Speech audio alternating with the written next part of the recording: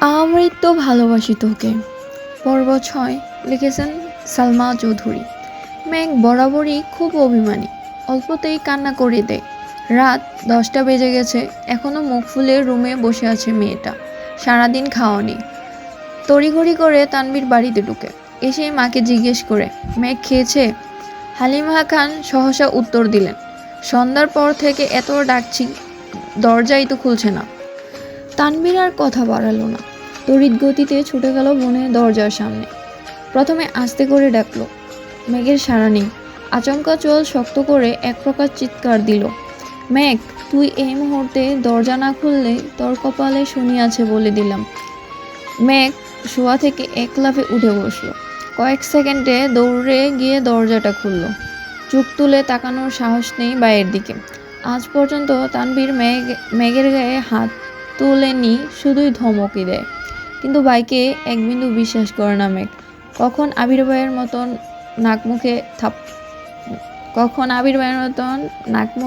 নাকে মুখে মারবে থাপ্পড় বিশ্বাস নেই। দরজা খুলতেই নরম স্বরে তানভীর বলল, খেতে যা। মেঘ তানভীরের এত নরম স্বর কোনোদিনও শোনেনি। ভাবতেই পারছে ভাইয়া তাকে এত ভালোবেসে খেতে বলছে। তানভীর, খাওয়া শেষ হলে তোর ফোনটা দিস, তোকে একটা ফেসবুক আইডি খুলে দেব। তানভীরের এমন কথা মেঘ আহম্মক বনে গেল। তানভীর ভাই বরাবরই এরকমই, নিজে ঝাড়বে, তারপর নিজেই আদর করবে, এটা সেটা কিনে আনবে মেঘের জন্য। কিন্তু আজকের বিষয়টা সম্পূর্ণ ভিন্ন। এত নরম স্বর কখনো শুনিনি এর আগে। নিমিষে মনটা খুশিতে ভরে গেল মেঘের। খাবার টেবিলে বসে আপন মনে খাচ্ছে মেঘ। আজকে তার পছন্দের অনেক রেসিপি আছে, একটু একটু করে সব চেক করছে।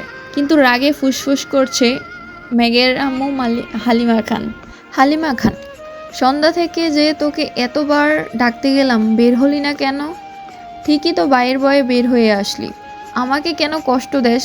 তোকে কে কি বলে 2 দিন পর পর না খেয়ে পড়ে থাকিস? কিছুদিন পরে যে অ্যাডমিশন, না খেলে পড়বি কিভাবে? আর না পড়লে ভর্তি হবি কিভাবে? তুই তো তোর ভাইয়ের মতো হচ্ছিস, সে সারাদিন ভণ্ডের মতো টুই টুই করে ঘুরে, আর তুইও এখন ভাব নিচ্ছিস, খেয়ে না খেয়ে রুমে পড়ে থাকিস। আর শোন মেয়ে মানুষের এত রাগ জেদ ভালো না।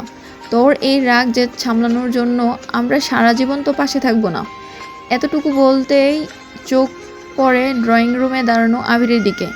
আবিরের চাউনিতে পরিষ্কার রুষ্টতা, শ্যামবরণের মুখমণ্ডল কালো দেখাচ্ছে। কড়া কণ্ঠে মামনির দিকে তাকে প্রশ্ন করলো, কি হয়েছে?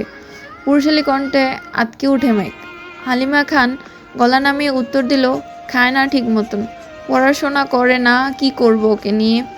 আবির পূর্বের অভিব্যক্তি বজায় রেখে উত্তর দিল, ওকে কিছু বললো না, কাল থেকে মেঘ টাইম টু টাইম খাবে, একটু এদিক সেদিক হলে সেটা আমি দেখব। আবিরের কথায় খুশি হয়ে গেল হালিমা খান। কিন্তু মেঘ খুশি হবে নাকি ভয় পাবে তা বুঝতে উঠতে পারল না। এত বছরও অভিমান করে মাঝে মাঝে না খেয়ে থাকলে তানভীর এসে ধমকে বা বুঝিয়ে খাওয়াতো। এখন সেই দায়িত্ব নিতে যাচ্ছে আরও একজন। 2 জন মিলে মেঘকে শাসন করবে ভাবতেই মেঘের বুক কেঁপে ওঠে। আবার মনের মধ্যে অন্যরকম প্রশান্তিও কাজ করে মেঘের। আবির ভাই এর মূল্যবান সময়ের মধ্যে 5 মিনিট সময় সে মেঘকে নিয়ে ভাববে, এতেই খুশি খুশি লাগছে মেঘের। তৎক্ষণাৎ মনে হয়ে গেল তানভীর ভাইয়া বলেছে ফেসবুক আইডি খুলে দেবে। তাড়াতাড়ি খেয়ে রুমের দিকে ছুটল মেঘ। রুম থেকে ফোন নিয়ে ছুটে গেল তানভীর ভাইয়ের রুমে, কিন্তু তানভীর ভাইয়ের রুমে নেই। কিছুক্ষণ অপেক্ষা করলো, কিন্তু কোথাও নেই। মোবাইল নিয়ে নিজের রুমে ঢুকতে যাবে, হঠাৎ শুনতে পেল তানভীরের কণ্ঠ, কিন্তু কোথায় আছে? বাধ্য হয়ে মেঘ জোরে ডাক দিল, ভাইয়া। তানভীর পাশের রুম থেকে উত্তর দিল, আবির ভাইয়ার রুমে আছি আমি, আয়। আবির ভাই নাম শুনতে মেঘের বুকটা হুহু করে কেঁপে ওঠে চিন্তায়। নিজেকে নিজে সাহস দেওয়ার চেষ্টা করলো, তারপর গুটিসুটি পায়ে হেঁটে দরজায় দাঁড়ালো। তানভীর, ভেতরে আয়। মেঘ, মোবাইলটা দিয়ে যাই, তুমি কাজ করো। তানভীর, আরে ভেতরে আয়, বস তুই, তোকেও দরকার লাগবে। মেঘ আর কথা না বাড়িয়ে চুপচাপ খাটের কর্নারে বসলো। আবির নেই রুমে, ওয়াশরুমে আছে মনে হয়। তানভীর ফোন নিয়ে কি কি যেন করছে। তখনই ওয়াশরুম থেকে বের হলো আবির। মেঘের দৃষ্টি পড়ে সেই দিকে। একটা ছাই রঙের টি শার্ট আর একটা ব্ল্যাক ট্রাউজার। ভেজা চুলগুলো থেকে টপ টপ করে পানি পড়ছে। শরীরের টি শার্টটা অনেকটা ভিজে গেছে। মেঘ টেনে হিসড়ে দৃষ্টি নামালো। মনে মনে ভাবছে, একটা মানুষ এত কিউট হয় কিভাবে? যদি পারতাম আমার পড়ার টেবিলে সাজিয়ে রাখতাম, সারাদিন পড়তাম আর দেখতাম, তাহলে আমার মন কখনোই খারাপ হতো না। লোকটা ফর্সা নন, শ্যামলা গায়ের রং, কিন্তু দেখতে মারাত্মক সুন্দর। সবচেয়ে মারাত্মক ওনার লুক, তাকানোর স্টাইল। উফ, যতবার দেখছি ততবারই নতুন করে ক্রাশ খাচ্ছি। আবির ভাই খাটের অপর পাশে মোবাইল হাতে নিয়ে বসেছেন।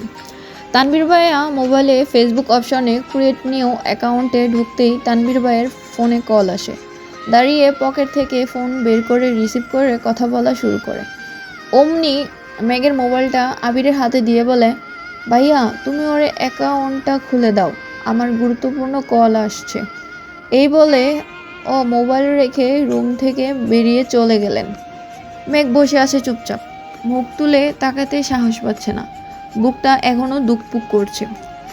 আবির মেঘের মোবাইলে নিজের মতো করে ফেসবুক অ্যাকাউন্ট খুলছে। জন্ম তারিখ, সাল, নাম কিছু জিজ্ঞেস করার প্রয়োজন মনে করছে না উনি। সব কাজ শেষ করে ফোনটা এগিয়ে দিলেন মেঘের দিকে। তখনই রুমে ঢুকলো তানভীর। সহসা বলে উঠল, শেষ। এই বলে ফোনটা নিজের হাতে নিল। ফেসবুক ঢুকে তানভীরের আইডিটা খুঁজে রিকোয়েস্ট পাঠালো। আবিরের দিকে তাকিয়ে বলল, ভাইয়া তোমার রিকোয়েস্ট দেই, অ্যাকসেপ্ট করো নাকি? আবির গম্ভীর কণ্ঠে বলল, আমায় রিকোয়েস্ট দিতে হবে না। তানভীরের কথায় পাত্তা না দিয়ে কয়েক সেকেন্ড পর বলল, ভাইয়া আমি রিকোয়েস্ট পাঠাইছি, অ্যাকসেপ্ট করে নিও, না হলে আমার ছোট্ট বোনটা কষ্ট পাবে। আবির তীক্ষ্ণ দৃষ্টিতে তাকিয়ে আছে তানভীরের দিকে। মেঘ মনে মনে খুশি হলো ভাইয়ের কথায়। মেঘ তো কখনো সাহসী হতো না আবির ভাইকে রিকোয়েস্ট দেওয়ার বা অ্যাকসেপ্ট করার কথা বলার। তানভীর সেদিকে গুরুত্ব না দিয়ে মেঘের হাতে ফোন দিয়ে বলল, তুই এখন যা, আমি আর ভাইয়া অ্যাকসেপ্ট করে নেব। তুই কি করিস না করিস সব নজর রাখবো কিন্তু। মেঘ কোনো কথা না বলেই মাথা নিচু করে রুমে চলে আসলো মোবাইল নিয়ে। মেঘ রুমে এসে বিছানায় শুয়ে শুয়ে ফেসবুকে ঢুকতেই নজরে পড়ল, সাজ্জাদুল খান আবির অ্যাকসেপ্ট ইউর ফ্রেন্ড রিকোয়েস্ট। মেঘ শোয়া থেকে উঠে বসে। মেঘের খুশি দেখে কে? ফ্রেন্ড লিস্টে একমাত্র ফ্রেন্ড, সেটাই আবির ভাই। তার একটা স্ক্রিনশট রেখে দিল মেঘ। তার 5 মিনিট পর অ্যাকসেপ্ট করলো তানভীর ভাই। আবির ভাইয়ের আইডিতে ঢুকলো। প্রোফাইল পিকটা নতুন কেনা বাইকে বসা, একদম ওয়াও।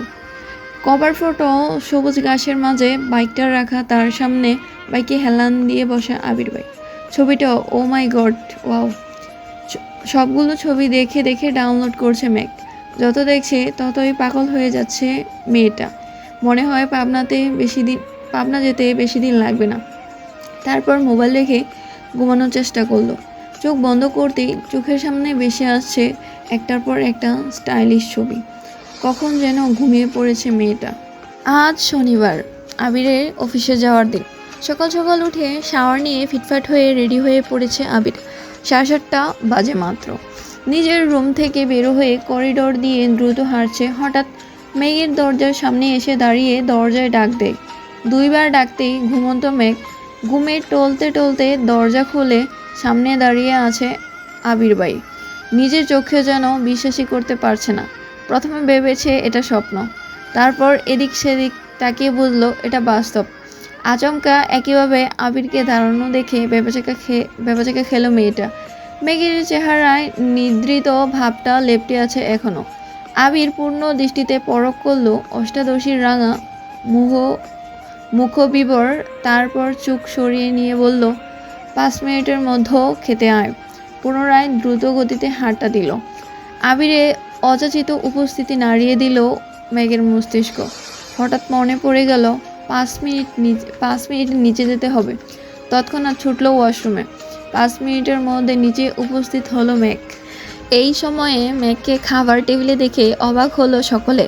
2 বছর যাবৎ মেয়েটা সকালে সবার সাথে খায় না, প্রাইভেট থাকলে আগে খায়, না হয় সবাই অফিস বা স্কুলে চলে গেলে তারপর খেয়ে কলেজ যায়। হালিমা খান ছুটে আসলেন মেয়ের দিকে। আয় হায়, আয় আয় বসমা, কি খাবি বল। টেবিলের কাছে আসতেই দেখলো একটা চেয়ারই ফাঁকা আছে, সেটা আবার আবির ভাইয়ের বিপরীতে। কিন্তু এখানে বসার বিন্দু পরিমাণ ইচ্ছে নেই তার, কারণ আবিরের আশেপাশে থাকলে মেঘ কেমন একটা ঘুরে থাকে। মন মস্তিষ্ক সব যেন আবিরের নিয়ন্ত্রণে থাকে। কিছু করার নেই, বাধ্য হয়ে বসতে হলো এই চেয়ারে। আবির মাথা নিচু করে মনোযোগ দিয়ে খাচ্ছে। মেঘ তখন ঘুমে টলতে টলতে আবিরকে দেখছিল রাজপুত্রের মতন, কিন্তু এখন আর সে তাকাতে পারছে না। শীর্ণ বক্ষ দরফর করছে মেঘের, মনে মনে খুব করে যাচ্ছে একটু তাকিয়ে আবিরকে দেখতে, কিন্তু মনে হচ্ছে কিছু একটা মাথায় চেপে বসে আছে। মুখটাই তুলতে পারছে না। আলী আহমদ খান হঠাৎ বলে উঠলেন, মেঘ, মা, আজ থেকে তোমার নতুন টিউটর আসবে। সারাদিন তো তুমি বাহিরে থাকবে, তাই তাকে সন্ধ্যার পর আসতে বলেছি। মেঘ চুপচাপ খাওয়ার চেষ্টা করছে। বুকের ভেতরে যে তুফান চলছে তা যেন কেউ বুঝতে না পারে। আবির সবার আগে খাবার শেষ করে বাসা থেকে বের হয়ে গেল। আবিরের পেছন পেছন আলী আহমদ খান, মোজাম্মেল খান ও ইকবাল খানও চলে গেলেন। ইকবাল খান আগেই অফিসে জানিয়ে দিয়েছে অফিসে যেন সাজিয়ে গুছিয়ে রাখে। আবির অফিসের সামনে এসে বাইক পার করে অফিসে ঢুকতে গেলে সিকিউরিটি গার্ড বলে ওঠেন, স্যার, আপনার একটু বসতে হবে। বড় স্যাররা না আসলে আপনি ভেতরে যেতে পারবেন না। আবিরের পায়ের রক্ত মাথায় উঠে গেছে। রেগে কটমট করতে করতে ওয়েটিং রুমে বসে আছে সে। 10 মিনিটের মধ্যেই অফিসে ঢুকলেন 3 ভাই। আবিরও তখন বসে আছে। কিছুক্ষণ পর সিকিউরিটি গার্ড এসে তাকালেন। স্যার, আপনাকে ভেতরে যেতে বলেছে। আবিরের নির্ভীক ভঙ্গিতে হেঁটে ভেতরে চলে গেল। অফিসের ভেতরে ফুল দিয়ে সাজানো। ঢুকতেই সবাই হাততালি দিয়ে কনগ্রাচুলেশন জানাচ্ছে আবিরকে। 2-1 জন ছবি তোলায় ব্যস্ত। বাবা চাচা 3 জন আবির মিলে একটা কেক কাটলো। 3 ভাইয়ের তো আজকে খুশির দিন। বংশের বড় ছেলে তাদের কোম্পানির হাল ধরতে যাচ্ছে। এর থেকে বড় পাওয়া আর কি আছে। তানবীরের মতে, আবির যদি মুখের উপর বলে দিত আমি ব্যবসা সামলাবো না, তখন তো কিছুই করা ছিল না। আবির যেহেতু মেনে নিয়েছে, এতেই হবে। ঘণ্টাখানেক হলো আবির অফিসে এসেছে। এর মধ্যে চাচু ইকবাল খান ভাতিজাকে সব কাজকর্ম বুঝিয়ে দিতে ব্যস্ত। অন্যদিকে আলী আহমদ খান এবং মোজাম্মেল খান আড্ডায় মগ্ন। তাদের মাথা থেকে সব চাপ চলে গেছে। 2 ভাই মিলে চা খাচ্ছে, খুনসুটি করছে। এত বছরের ব্যবসায়িক জীবনের অবসরের সময় এসেছে এবার। সারাদিন আবিরের ব্যস্ততায় কাটে। প্রথম দিনের অফিস দায়িত্ব বুঝে নেওয়ার বিশাল চাপ। মাঝখানে একবার সময় করে বাবা চাচাদের সাথে তোলা এক ছবি ফেসবুকে শেয়ারও করেছিল। 6টায় বাসায় ফিরেছে আবির। এসেই সোজা রুমে চলে গেছে। শাওয়ার নিয়ে রেস্ট নিচ্ছে। হয়তো ঘুমিয়ে পড়েছিল। দূর স্বপ্নই দেখেছিল কিনা আচমকাই উঠে বসলো বিছানায়। আবিরের চোখে মুখে উদ্বেগ স্পষ্ট। তড়িঘড়ি করে রুম থেকে বের হয়ে নিচে আসলো। পরিস্থিতি স্বাভাবিক। হালিমা খান কাজে ব্যস্ত। আদির আম্মু আদিকে নিয়ে পড়াতে বসেছেন। মিমো হয়তো পড়ছে নিজের রুমে। কয়েক মুহূর্ত সোফায় বসে আবার উঠে রান্নাঘরের দিকে গেল। হালিমা খানের দিকে তাকিয়ে ঠান্ডা কণ্ঠে জিজ্ঞেস করলো, মেঘ কোথায় মামুনি? মেঘের টিউটর এসেছে, পড়ার ঘরে পড়াচ্ছে। আবির, ও আচ্ছা, আমায় একটু কফি করে দিতে পারবে? হালিমা খান, একটু অপেক্ষা করো বাবা, এক্ষুনি দিচ্ছি। আবির ছোট্টবেলা থেকেই নিজের মা মালিহা খানকে আম্মু, তানবীরের আম্মুকে মামুনি আর আম্মুকে কাকিয়া বলে অভ্যস্ত। এত বছরও তার ডাকে পূর্বের ন্যায় মিষ্টতা মিশে আছে। সোফায় বসে কফি খাচ্ছে আর মোবাইল ঘাটাঘাটি করছে। 20 মিনিট পর পড়ার রুম থেকে বের হলো একটা ছেলে। বয়স হয়তো 22-23 হবে। 5-7-8 হবে লম্বা, চোখে চশমা। হালিমা খানকে বলল, আন্টি, আজ আসি, আবার কাল আসবো। হালিমা খান ও হাসি মুখে বললেন, আচ্ছা ঠিক আছে।